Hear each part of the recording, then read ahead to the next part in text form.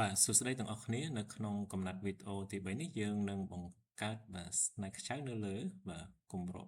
គៀកជាមួយនឹងកដបខាងលើចិត្តសម្រាប់ដាក់គម្របដបណាអូខេជាងយើងចូលបន្តទៅក្នុង document របស់យើងបាទយើងបង្កើតប្លង់ថ្មីមួយបាទឲ្យគម្របដបរបស់យើងបាទចាប់ផ្ដើមមានស្នែកខ្ចៅចេញផុតពីបាតខាងក្រោមនេះណាបាទអញ្ចឹងប្លង់ហ្នឹងគឺ offset ចេញពី face ខាងលើប្រហែលចម្ងាយ 0.4 inch បាទនេះគឺជាអ្វីដែលថ្មីបាទសម្រាប់ chapter នេះដែរបាទគឺ create new plane បាទយើងអត់ពឹងទៅលើ plane ចាស់របស់ SolidWorks ដែលមានមកពី front top ហើយនឹងហើយ plane នេះយើងត្រូវការ plane ថ្មីណាបាទឥឡូវយើង zoom to area បន្តិចនៅលើម្ដុំកដបនេះបាទរួចហើយបាទយើងនៅក្នុង feature បាទយើងចូលមក geometry បាទយើងយក plane បាទហើយយើង select face នេះបាទចឹងយើងមើលវាបង្កើតប្លង់ថ្មីយើងប៉ុន្តែទិសដៅទៅលើយើងត្រូវផ្លាស់ប្ដូរទិសដៅខាងក្រោមដោយប្រើ flip offset បាទហើយចម្ងាយរបស់យើងគឺបាទ0.04បាទយើងវាយលេខចូលទៅតមកទៀតយើង click OK បាទពេលដែលយើង click OK យើងបានប្លង់ថ្មីមួយបាទអញ្ចឹង Solid បង្កើតប្លង់ថ្មីនេះដាក់ឈ្មោះថា plane 1បាទអ្វីដែលយើងត្រូវធ្វើបន្តទៀតបាទយើងត្រូវបង្កើតបាទគន្លងរាងជាហើយដោយ cursor បាទ spiral បាទឬក៏ helix ណាបាទអញ្ចឹងហើយនៅក្នុងនេះគេសុggestឲ្យយើងបាទបង្កើតបាទបានក្រោយពីបាន new plan បាទយើងអាចបាទបង្កើតរង្វង់ថ្មីមួយនៅលើ plan ថ្មីហ្នឹងដោយប្រើ convert entity បាទយើងយករង្វង់ខាងក្រៅនៅក្នុង convert entity នេះដែរបាទគឺជា tool ថ្មីដែលយើងអត់ដែលបានប្រើនៅក្នុង sketch បាទមានន័យថាគូដោយមិនចាំបាច់គូណាអូខេអញ្ចឹងយើងចូលទៅក្នុង SolidWorks របស់យើងបាទហើយយើងរើសយក plan ទី1ណាបាទ plan 1អូខេបាទយើងរើស plan 1បាទហើយយើងយក normal 2បាទបន្តមកទៀតបាទយើងនៅក្នុងបាទយើងទៅ activate sketch បាទអញ្ចឹង convert entity បាទបើសិនជា convert entity នេះអត់ទាន់ active ទេយើងចុចយកបន្ទាត់មួយសិនមកបាទយើងយកបន្ទាត់មួយសិនហើយយើងកុំអាគូបន្ទាត់យើងបញ្ឆោតបាទយើងត្រឡប់បកចូលទៅយកបាទ convert entity បាទរួចហើយបានបាទ entity to convert នេះនៅក្នុងប្រអប់យើងមក select យករង្វង់ខាងក្រៅនេះបាទយើងអត់ចាំបាច់គូរង្វង់ឲ្យ convert entity យើងយករង្វង់ក្រៅលើយើង click OK បាទយើងត្រឡប់មកមើលនៅក្នុងប្លង់ទី1របស់យើងបាទគឺយើងបានបាទរៀងរង្វង់បាទដែលមានអង្កត់ចិត្តធំដូចខាងក្រៅនេះបានដូចចិត្តចឹងណាដោយយើងអត់ចាំបាច់គូ circle command សោះណាបាទអត់ប្រើ circle tool ទេ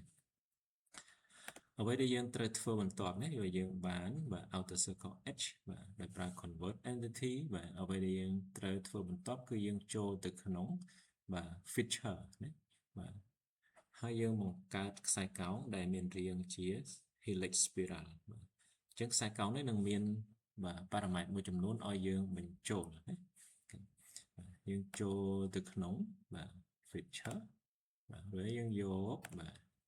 សុំតបចូលមក curve បាទយើងយក helix spiral បាទអញ្ចឹងវា load ចេញមក auto ភ្លាម helix spiral បាទហើយមានទិន្នន័យមួយនៅក្នុងចំណុចចាប់ផ្ដើមរបស់ cursor មួយទៀតគឺនៅត្រង់ចំណុចបញ្ចប់ណាបាទនៅក្នុងនេះមានប៉ារ៉ាម៉ែត្រមួយចំនួនដែលយើងត្រូវបញ្ចូលបាទទី1គឺ pitch បាទគឺជាគម្លាតរវាងស្នែកខ្ចៅមួយទៅស្នែកខ្ចៅមួយទៀតទី2គឺជាចំនួនជុំនៃស្នែកខ្ចៅហើយទី3គឺជាមុំដែលចាប់ផ្ដើមបាទធៀបជាមួយនឹងប្លង់ណាអូខេអញ្ចឹងយើងចូលមកទីនេះបាទយើងមានfit របស់យើងបាទទិន្នន័យចេញពីក្នុងសៀវភៅគឺចុច125យើងអាចវាយបញ្ចូលបានណាចុច125តមកទៀតចំនួន revolution ក៏2.5បាទយើងអាចវាយចូលបានហើយ start angle របស់យើងគឺ0 degree នេះក៏យើងអាចវាយចូលបានដែរណាបាទអញ្ចឹងយើងបាទទិន្នន័យត្រូវអស់ហើយយើងអាច click OK បាទពេលនេះគឺយើងនឹងបាន spiral បាទហើយ sketch មួយបាទបើសិនជាយើងអាចមើលយើងអាច activate បាទ reference axis បាទអូខេរបស់ខ្ញុំវាអត់ដើរទេប៉ុន្តែបើសិនជាខ្ញុំដូរ display style មកតើវាចេញឲ្យអត់ទេអូខេដូរ display style វាចេញរាង spiral ឲ្យឃើញណាបាទអូខេអញ្ចឹងdisplay style នេះបាទមើលទាំង hidden line ផងវាមិនមើលយើងមើល edge វិញណាអូខេបាទ អ្វីដែលត្រូវធ្វើបន្ទាប់យើង scroll ចូលមកក្រោមបាទគឺយើងចង់គូសរាងបាទត្រីកោណមួយដើម្បីបង្កើតបាទរាងស្នែកខ្ចៅបើយើងមើលដបទឹករបស់យើងហើយយើងមកមើលស្នែកខ្ចៅនោះយើងនឹងឃើញ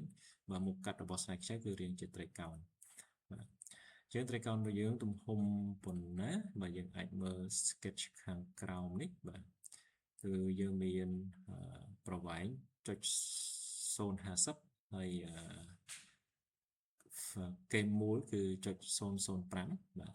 ហើយយើងមានមុំ60 degree ណាអូខេបើប៉ុណ្ណេះมันជាការពិបាកគូទេអូខេអញ្ចឹងយើងបាទត្រូវរើសប្លង់សិនណាយើងមើលប្លង់មួយណាដែលគេសុggestឲ្យយើងគូអូខេបាទ right plane អូខេបាទយើងចូលទៅបាទ right plane របស់ SolidWorks បាទ mobile plane បន្តិចមកអូខេហើយយើង zoom បាទបន្តិចបាទដើម្បីយើងអាចគូនៅគៀកនឹងបានអូខេតទៅទៀតយើងចូលទៅ sketch បាទយើងយកបន្ទាត់អូខេបាទហើយខ្ញុំ zoom បន្តិចបាទខ្ញុំចង់គូឲ្យគៀកនឹងតែម្ដងឥឡូវខ្ញុំបិទ zoom អូខេតទៅទៀតខ្ញុំគូសបាទរាងត្រីកោណអូខេ1 2 3អូខេបាទអញ្ចឹងបន្ទាត់នេះគឺជាបន្ទាត់ដែលគួរតែជាបន្ទាត់ផ្ដេកអូខេយើងផ្ដេកបាទបន្តមកទៀតខ្ញុំចង់យកបន្ទាត់ផ្ដេកនេះធ្វើជាបាទ construction line បាទជាអឆ្លោះហើយយើងចូលទៅ mirror បាទយើងរើស construction line នេះធ្វើជារបស់ដែលយើងចង់ mirror ចំណែក entity to mirror យើងអាចបាទ select បាទចេញពីឆ្វេងមកស្ដាំយើងយកបន្ទាត់ទាំងពីរទៅបាទអញ្ចឹង line 1 line 3ចូលក្នុងនេះយើង mirror OK បាទពេលយើងត្រូវធ្វើបន្តទៀតគឺយើងត្រូវដាក់ dimension បាទគឺបាទ line នេះគឺចុច0បាទចុច0ប្រមាណទេខ្ញុំដឹងភ្លេចបាទយើងមកមើលនៅក្នុងនេះបាទចុច050ណាបាទ corner របស់យើង radius របស់វាបាទ round corner គឺចុច005បាទចុច050អូខេចុចបាទ050បាទឥឡូវមុំរបស់យើងគឺតែ60 degree អូខេយើងមានបន្ទាត់នេះចាប់ទី1ទី2បាទយើងអូសមុំចេញណាអូខេអញ្ចឹងមុំចន្លោះនេះគឺ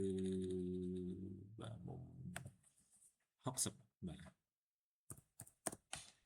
អូខេយើងបានមុំ60 degree បាទ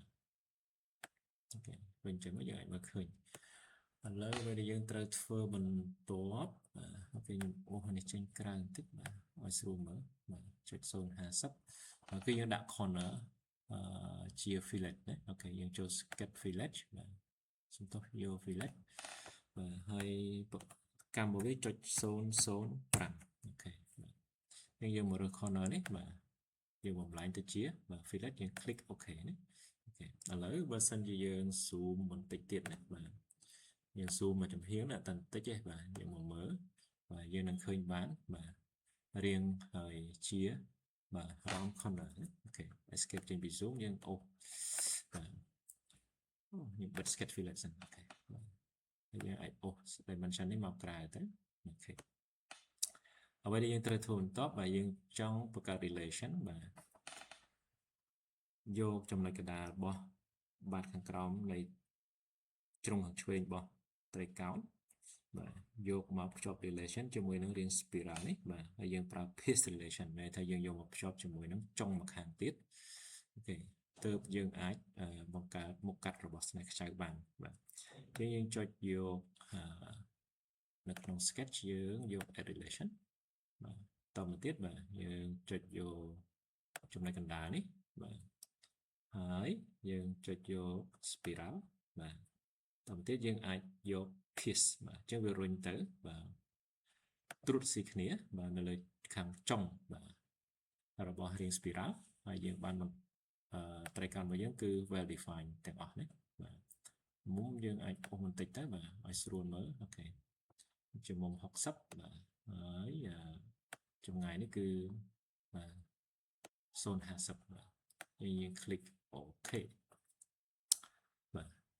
ឥឡូវយើងបានរាង spiral ហើយបាទហើយសំទោសយើងបានមុខកាត់របស់ហើយស្នែកខ្ចៅ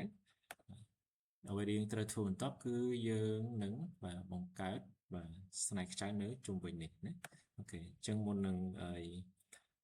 យើងបង្កើតស្នេហ៍ខ្ចៅបាទកុំឲ្យវីដេអូយើងវែងពេកយើងអាច select ត្រឹមប៉ុណ្ណេះសិនអូខេបាទយើងតនៅកំណត់វីដេអូខាងក្រោយបាទ